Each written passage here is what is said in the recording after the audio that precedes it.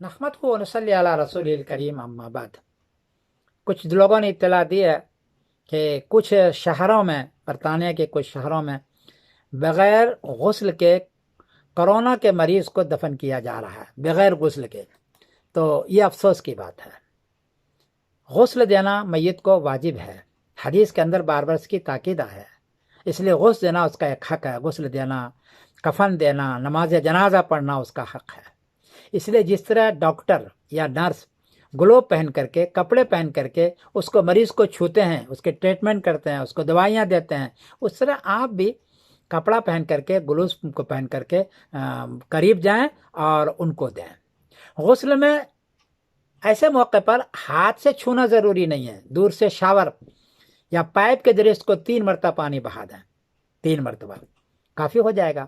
ناک میں پانی نہ ڈالیں یا اس میں پانی نہ ڈالیں، اور جو سنت کا طریقہ ہے ایسے موقع پر چھوڑ سکتے ہیں آپ، لیکن دور سے پائپ کے ذریعے سے 3 مرتبہ غسل دے دیں، ادا ہو جائے گا اس کا۔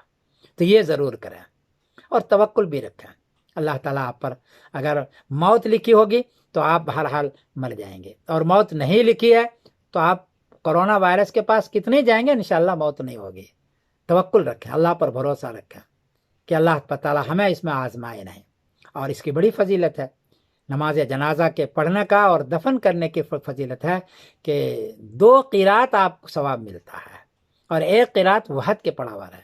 حدیث کے اندر موجود ہے، ان ابی ہریرہ رضی اللہ تعالیٰ عنہ ان رسول اللہ صلی اللہ علیہ وسلم قال من اتبع جنازۃ مسلم ایمانا واحتسابا وکان معه حتى يصلي عليها ويفرغ من دفنها فانه يرجو من الاجر بقيراتين۔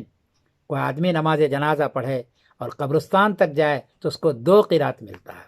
آگے فرمایا وکل قرات مثل احد، 1 قرات احد کے پہاڑ کے برابر ہے۔ احد کے پہاڑ کتنا بڑا ثواب 1 قرات۔ یہ حدیث بخاری میں ہے، باب اتباع الجنائز من الایمان میں ہے، اور حدیث کا نمبر ہے 47۔ تو اتنا بڑا ثواب سے کیوں محروم ہوتے ہیں؟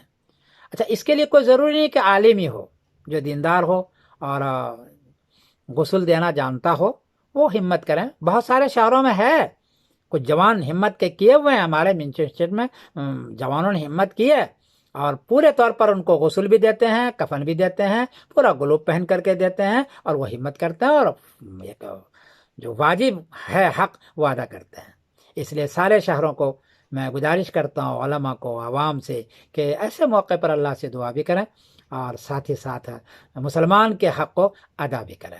نماز جنازہ پڑھیں، اس کو کفن بھی دور سے دیں، کفن بھی دور سے دیں، ایسا تو دے سکتا ہے، اور غسل بھی دور سے دیں، اور گلو وغیرہ سارا پڑھیں۔ میں اس کی گزارش کرتا ہوں۔ میں سمر الدین قاسم بول رہا ہوں مانچسٹر انگلینڈ سے۔